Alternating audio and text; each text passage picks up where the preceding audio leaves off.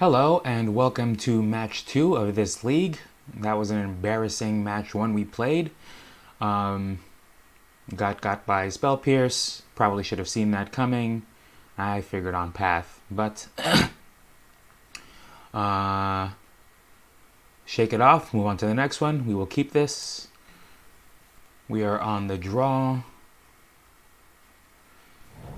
If we draw Breach, this hand makes turn 3 Breach.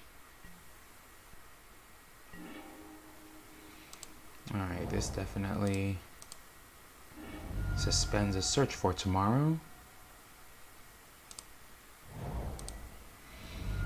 Hollowed Fountain is a hopeful start. We are favored against blue-white control. Let's see what that turns into. Probably another Stoneblade mix. Prismatic Vista. You've got no effects.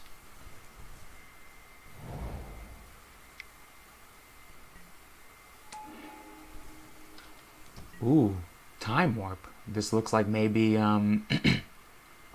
what is it called? Soul Herder.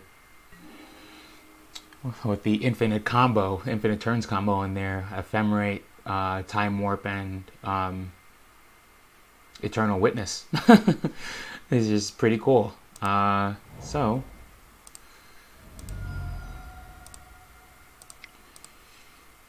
luckily now we've got a Bolt and Simian Spirit Guide, so we can surprise.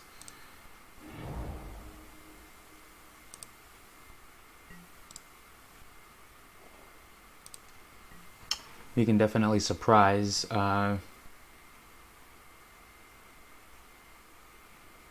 problematic creature with a Bolt if he plays one this turn. If they play one this turn, and we don't have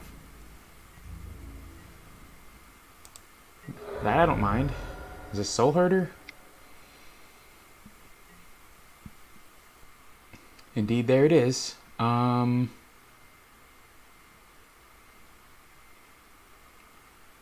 what we're going to do.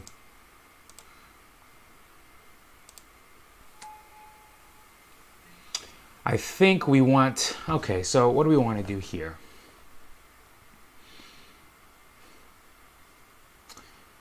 I think it'll be okay for us to let this blink happen once. I rather like my Simian Spirit Guide. And if we draw through the Breach, we are still in very good shape.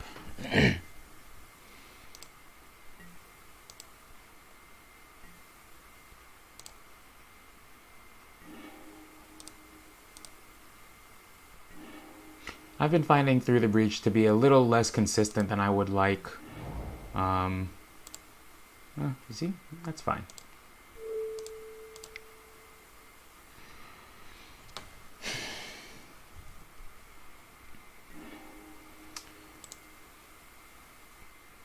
I've been counting the amount of times I've been legitimately winning on turn 3, and it's not as high as I would like. I think that's a little bit due to my own misplays and kind of lack of understanding of how a lot of these new decks work.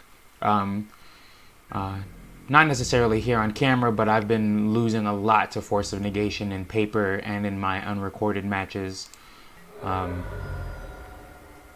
It's just been very difficult to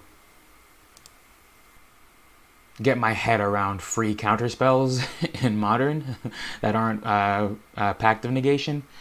So I think I still need to learn to be a little bit better with this deck. Let me read how Hideaway works. When it leaves the battlefield, put the exiled card. Okay, so if I bolt it now, I don't think they get the card.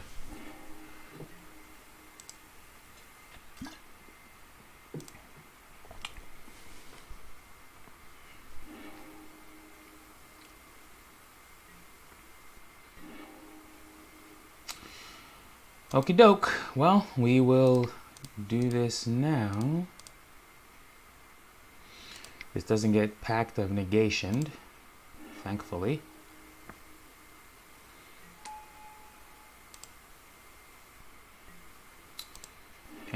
we can now start throwing bolts. I think we will... Let me see. Well, here's what we'll do. We're going to get 2 Valacuts and present them with lethal. Pathing Primeval Titan doesn't get by the redundant in 1 in our hand. And obviously, if they, I mean, this presents lethal all by itself. Ice Fang Coatl. I've always had trouble with that word, Coatl. I've heard it pronounced Coatl by a lot of American people, but when I looked it up, it looked like it's pronounced Coatl or Coatl. We'll yield through this turn. We've got no effects. They are probably going to spin a bunch of wheels, getting rid of. Oh boy, this is new. Time warp. All right, they take an extra turn.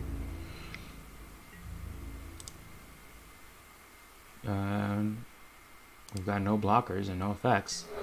So what then gets it here? Do they have enough mana for the what's it called? Eternal Witness Path Ephemerate plan?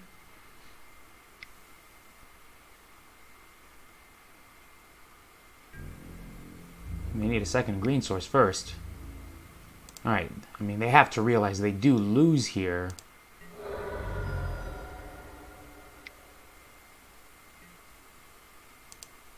Alright, we will use that. Alright, so now if we draw a mountain, we can start throwing bolts, and we have Primeval Titan on backup here. Hopefully they tap out. That is good enough for me.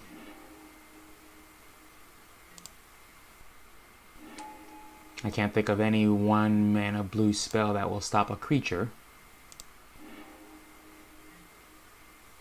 Path to Exile doesn't do it.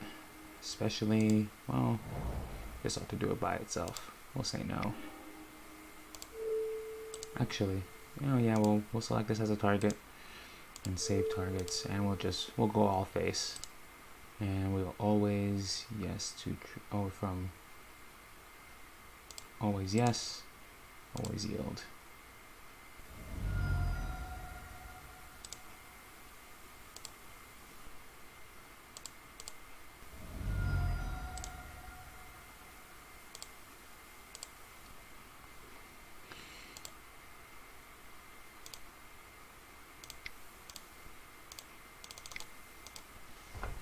And this should do it.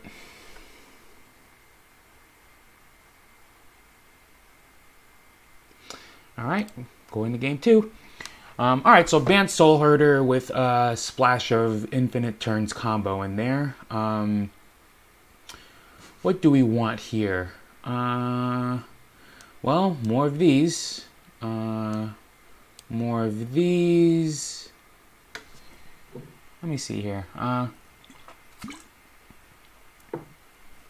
Relic of Progenitus is probably a bit weird.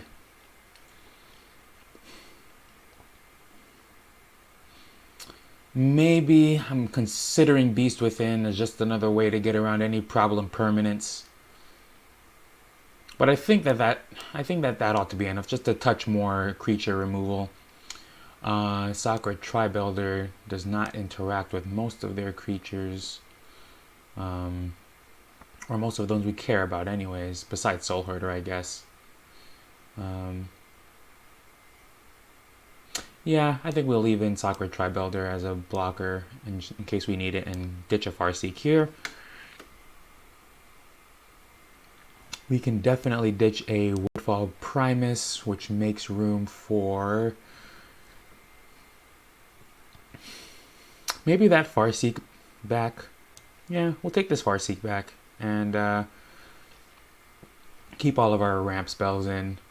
I want the game to be over quickly. They haven't seen through the breach, so they have no reason to suspect that it's what's on the table. And I think we can do with this. If we wind up having a great deal of mono CMC cards to deal with, we can probably bring in engineered explosives. What do we think about this? This hand is decent.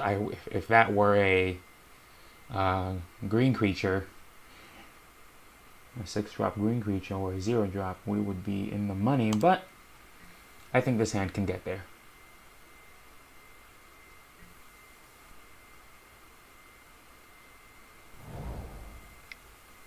Temple Garden tap pass. Seems good. And there it is.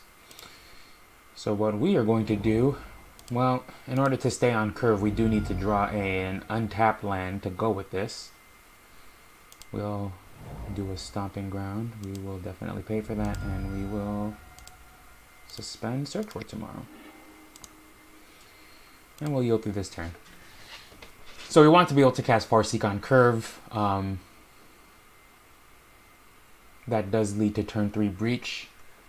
If we can Farseek into a basic mountain, if we draw an untapped land, we Farseek into a basic mountain, and then Search for Tomorrow gets a basic land, and then Cinderglade will come down untapped. We will yield through this turn. You get Coiling Oracle, Eternal Witness. Well, that's a piece of their combo. And there it is. I guess we will pay for that. I mean, if they want to Force of Negation this, I guess that's fine. Worse things have happened. This finds a mountain. We yield through this turn. And now it's on them to see what they do.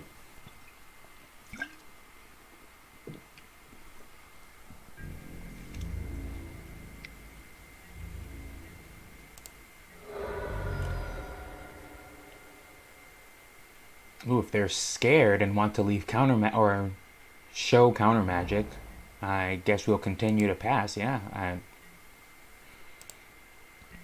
I'm not going to do anything until they do something, that's for sure.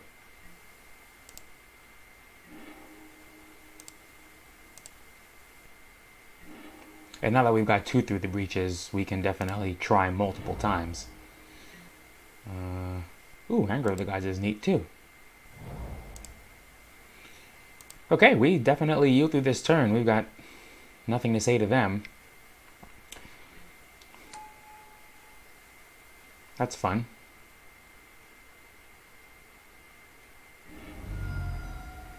And now they're within range.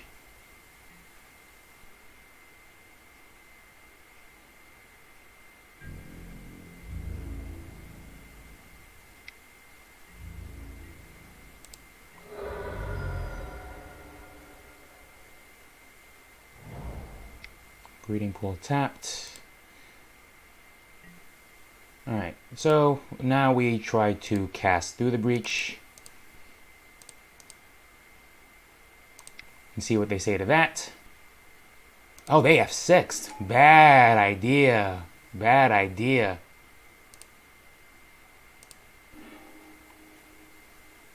Well, I mean, now we've got them just cold.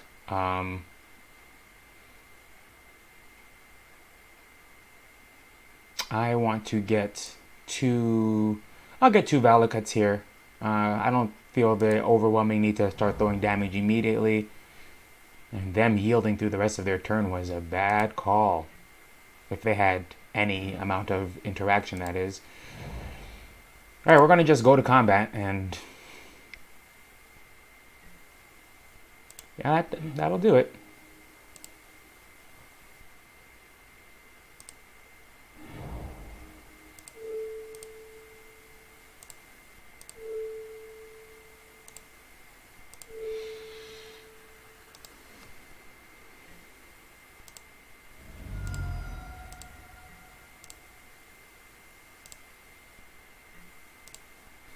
And during main, we have 1, 2, 3 mountains down. Still during main 1, we will just hard cast this and try to kill them and see what they've got on deck. If they Force of Negation, okay, well, I was going to say if they had Force of Negation, then we can Anger of the Gods to reset their board, and every land we draw just wins. Like, it was a losing battle from there, but so goes the Soul Herder match. See you in the next one.